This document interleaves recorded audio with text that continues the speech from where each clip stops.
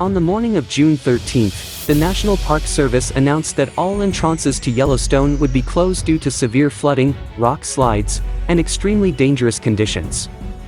The park has evacuated more than 10,000 visitors from its borders and released in a statement that the entire north is likely to remain closed for a substantial amount of time.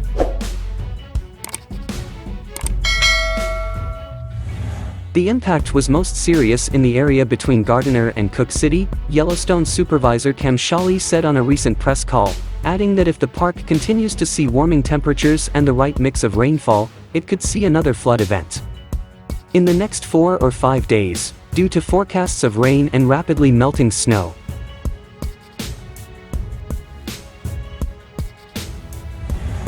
The current flooding is caused by a weather phenomenon known as atmospheric rivers, which dump 200 to 300% of normal humidity into the northern Rocky Mountains over the weekend. Some warm rain that falls on the snow. There's a lot of late-season snow accumulation in Yellowstone in April and May, and you get not only a lot of rain, but also a lot of snow melt, says Michael Poland.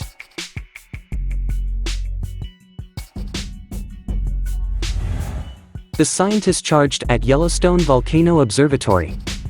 This, mixed with the already swollen spring rivers of June and the area's waterlogged soil, has caused the Yellowstone River to flood well beyond record levels. Extreme weather events are becoming more common as a result of climate change, says Poland.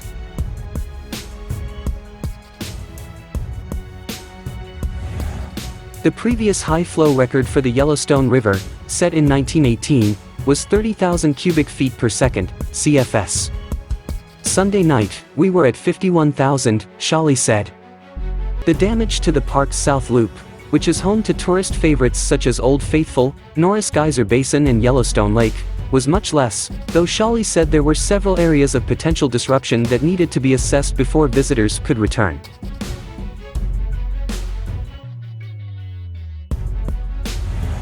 One thing we know for sure is that half the parks can't support all visits, says Sholly.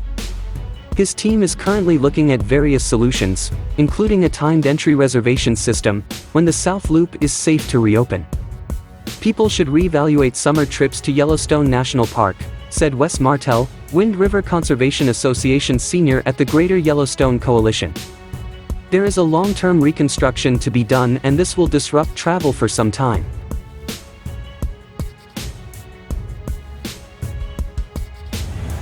The Wyoming Office of Tourism and its partners quickly put together resources for potential travelers looking to reroute their summer trip to Yellowstone.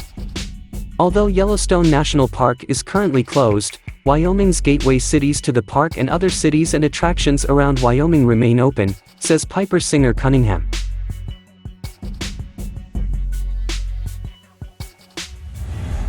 Public Relations and Media Manager for Wyoming Tourism Office. He encourages visiting the Bighorn Canyon National Recreation Area, Bighorn National Forest, Bill Buffalo Center in the west, or one of Wyoming's beautiful state parks as an alternative.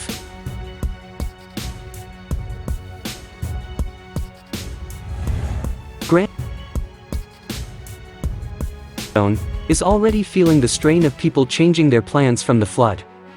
It feels like mid-July in terms of how busy it is, said Chip Jenkins, Grand Teton National Park Superintendent. You have to expect lots of other people to visit, so plan well.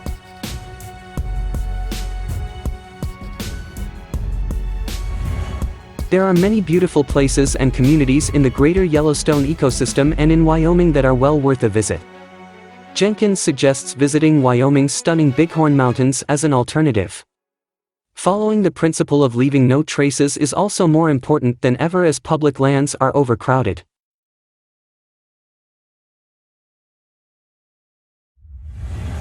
The small gateway towns that serve Yellowstone, particularly Gardiner and Cooke City, will be particularly hard hit by the destruction, said Bill Berg, Park County Commissioner. For park lovers concerned about the community's future economic viability, he suggests proactively making future reservations and exploring the surrounding area, although Yellowstone's North Gate may remain closed.